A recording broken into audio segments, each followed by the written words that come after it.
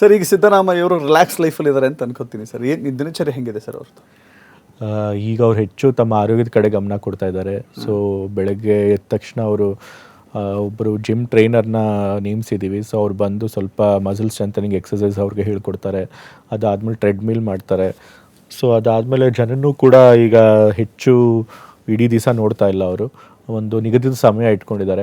ಮಧ್ಯಾಹ್ನದ ಹೊತ್ತು 12 ಗಂಟೆ ಮೇಲೆ ಒಂದು 2 ಅವರ್ 3 ಅವರ್ ಜನ ನೋಡ್ತಾರೆ. ಅದಾದಮೇಲೆ ಮತ್ತೆ ಸಾಯಂಕಾಲ 7 ಗಂಟೆ ಮೇಲೆ ಜನ ನೋಡ್ತಿದ್ದಾರೆ. ಮಧ್ಯದಲ್ಲಿ ರಿಲ್ಯಾಕ್ಸ್ ಮಾಡ್ತಿರ್ತಾರೆ, ಪುಸ್ತಕ ಓದೋದು, ಟಿ ವಿ ನೋಡೋದು. ಸೊ ಹಾಗೆ ತಮ್ಮ ಸ್ವಲ್ಪ ವಿಶ್ರಾಂತಿಯಲ್ಲೇ ಇದ್ದಾರೆ.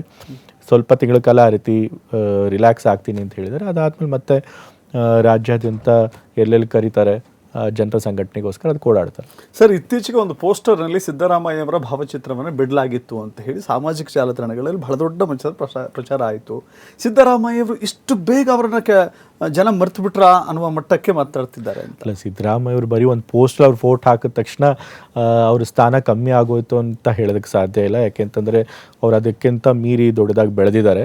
ಸೊ ಅವರು ಮುಖ್ಯವಾಗಿ ಜನರ ಮನಸ್ಸಲ್ಲೇ ಸ್ಥಾನ ಪಡೆದಿದ್ದಾರೆ. ಸಾವಿರಾರು ಜನ, ಲಕ್ಷಾಂತರ ಜನ ಅವರ ಅಭಿಮಾನಿಗಳಿದ್ದಾರೆ, ಅನುಯಾಯಿಗಳಿದ್ದಾರೆ. ಅವ್ರನ್ನ ಮೆಚ್ಚುವಂಥ ಜನರಿದ್ದಾರೆ. ಸೊ ಹಾಗಾಗಿ ಒಂದು ಪೋಸ್ಟಲ್ಲಿ ಅವ್ರ ಫೋಟೋ ಬರಲಿಲ್ಲ ಅಥವಾ ಒಂದು ಬ್ಯಾನರಲ್ಲಿ ಹಾಕಲಿಲ್ಲ ಅಂತಂತಂದರೆ ಅವ್ರ ಸ್ಥಾನ ಕಮ್ಮಿ ಆಗೋದಿಲ್ಲ.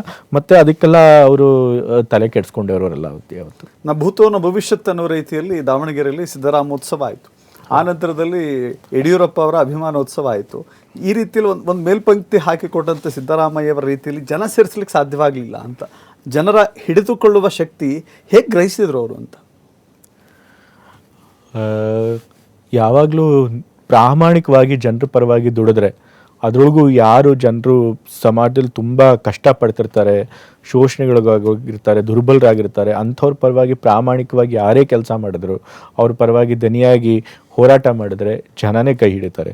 ಸೊ ಹಾಗಾಗಿ ಅಪ್ಪ ಯಾವುದೇ ಸಭೆಗಳನ್ನು ಮಾಡಬೇಕಾದ್ರೂ ಕೂಡ ಜನನ ಸೇರಿಸೋದಕ್ಕೆ ಹೆಚ್ಚು ಪ್ರಯಾಸ ಪಡಲೇಬೇಕಾಗಿಲ್ಲ. ತಂದೆಯವ್ರು ಬರ್ತಾರೆ, ಮತ್ತು ಅವರಿಗೆ ಆ ಸಭೆ ಬಹಳ ಮುಖ್ಯ ಅಂತಂದರೆ ಜನ ತಾವಾಗೇ ಬರ್ತಾರೆ. ಸೊ ಸಿದ್ದರಾಮೋತ್ಸವ ಸಮಯದಲ್ಲೂ ಅಷ್ಟೇ, ಅವರು ಮತ್ತೆ ಮುಖ್ಯಮಂತ್ರಿಗಳಾಗಬೇಕು, ಅದಕ್ಕೋಸ್ಕರ ಅವ್ರಿಗೆ ಬಲ ಕೊಡಬೇಕು ಅಂಥೇಳಿ ಜನಕ್ಕೆ ಅನಿಸಿ ಅಷ್ಟೊಂದು ಲಕ್ಷೋಪಾದಿಯಾಗಿ ಜನ ಬಂದಿದ್ರು.